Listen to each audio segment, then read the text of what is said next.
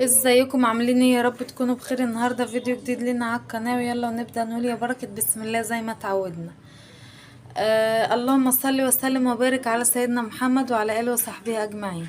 النهارده بقى هقول لكم على ريفيو كامل عن الفرن الكهربي اللي نوعه فريش ايطاليانو اهو. دوت بيكون ليه مميزات طبعا وليه عيوب هنعرفها النهارده مع بعض. اول حاجه الفرن الكهرباء، الفرق بينه ايه؟ الفرق بينه وبين الميكروويف ايه؟ الفرن الكهرباء ده بيسوي الاكل، انما الميكروويف للتسخين، يعني ممكن تسخني في قرص، فطير، اكل من الفريزر، مكرونه بشاميل، اي حاجه، ممكن سمك مشوي، ممكن كمان تفككي فيه لحمة، فراخ، سمك برضو. اللي هو الميكرويف تفككي برضو فيه ايه ميزة اللي هو يفكك الاكل. لو انتي مش مطلعاه يعني من بدري، هو بيفككهولك اسرع من ما تسيبيه يعني يفك في مية او حاجة. عندك برضو الفرن الكهرباء. هنا اول حاجة هو الفرن الفريش، ناره بتبقى حلوة يعني قوية، والحمد لله يعني لما تجيبيه فرن وشواية. يعني بيبقى فيه هنا اهي، دي الشواية اهي، والفرن، الفرن اهو، دي شمعة الفرن ودي شمعة الشواية. آه ممكن براحتك تشغلي الاتنين مع بعض. هو في شمعتين، هي شمعة وهي شمعة، ممكن براحتك تشغلي الاتنين مع بعض، وممكن ايه تشغلي واحدة بس وتسيبي واحدة اهو. بصوا هنا اهو، اول حاجة معانا اهي اللي هي الشواية بس، والشمعة بتاعتها وشمعة الشواية اهو. في هنا بصوا، في هنا برضو بتركبي السيخ، ممكن تشوي على كفتة اهي الناحية التانية برضو، لشبكة كده، ممكن تشوي عليه كفتة، تشوي عليه فراخ، تشوي عليه سمك برضو، بس على الشبكة هنا. طبعا في شواية السمك ما بتكونش كويس اوي. عندك ايه تاني اهو؟ بصوا اول حاجة هنا قلتلكوا ان احنا بنشوي، بنشوي مثلا لو عايزين الشواية ومن فوق بس شمعة اللي فوق، وفي الشمعة اللي فوق اللي هي اللي بقولكوا اللي فوق دي لو انت عايزة تحمري وش حاجة اهي.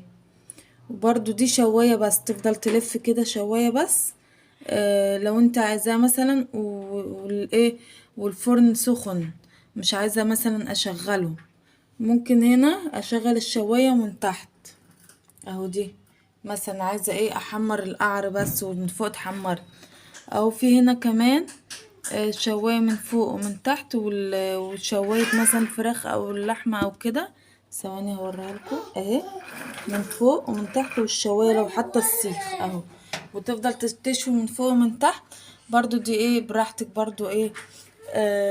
يعني الميزة دي، انا لما باجي احط الاكل الصراحة اول حاجة بحطها وبشغل اهو عليها من تحت بس النور ده اهي اهو، رابع واحدة، رابع نقطة لو انت عندك. بشغل من تحت بس، ولما تبدأ الاحراف بتاعتي تتحمر اقوم ايه بادئه اللي انا ايه اشغل عليها من فوق ومن تحت اهو. اهو دي ببدأ اللي انا اشغل عليها من فوق ومن تحت، فتتحمر معايا وتبقى ايه كويس. انما لو شغلت من فوق ومن تحت هتتحمر من فوق اسرع من تحت وهتبقى نية.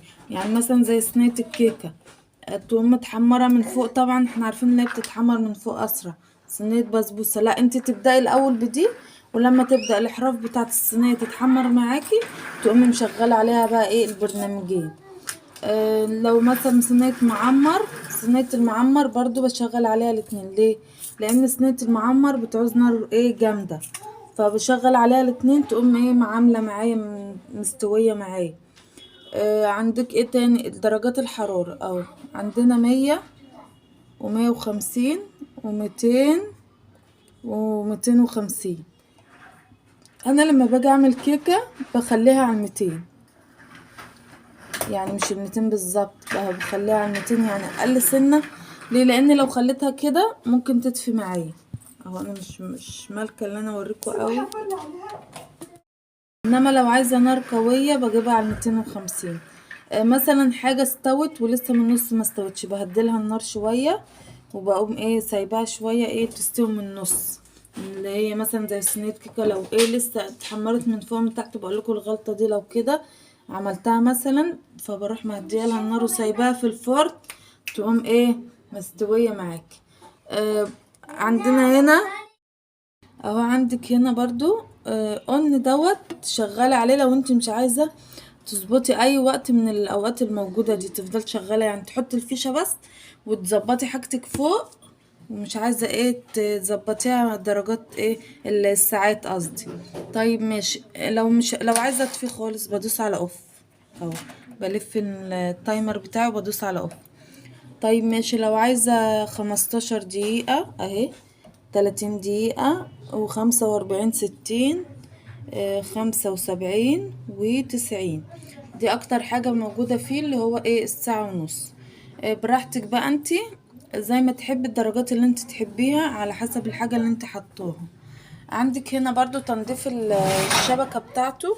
تنظيف الشبكة بتاعته بيكون سهل، تحطيله يا اما سترس يا اما اللهلوبة، ودي بتخليه نضيف وحلو.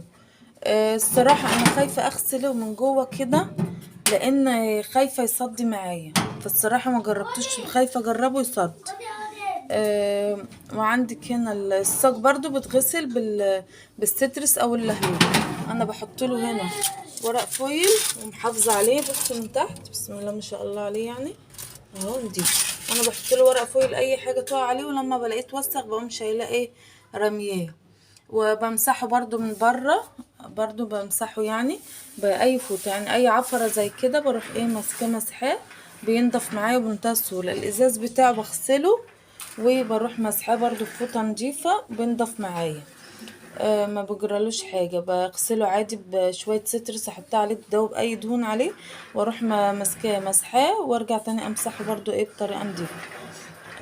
يا رب يكون الفيديو استفدتوا منه. هو الفرن دوت حلو يعني مميزاته حلوه، بس في ناس بتسخن فيه عيش، ما انصحكيش تسخين العيش اي تسخين اي حاجه في الميكروويف مش في الفرن الكهرباء. انما هو حلو ناره حلوه يعني احسن من انواع تانية كتير، فانا انصحكم ان انتوا تجيبوه. يا رب يكون الفيديو عجبكم واستفدتوا منه. ونتقابل ان شاء الله في فيديو جديد، ومع السلامة في رعاية الله. لو لسه ما اشتركتيش اشتركي معايا وفعلي زرار الجرس عشان يوصلك كل جديد، لايكات يا بنات عشان اعمل لكم ريفيوهات كتير عن اجهزة كتير. كل ما يبقى في جهاز تحبوا تعرفوا عنه حاجة هعمل لكم ريفيو عنه كامل. اهم حاجة ان انتوا تدوسوا لايك عشان تشجعوني، واكتبوا لي كومنت حلو في التعليقات.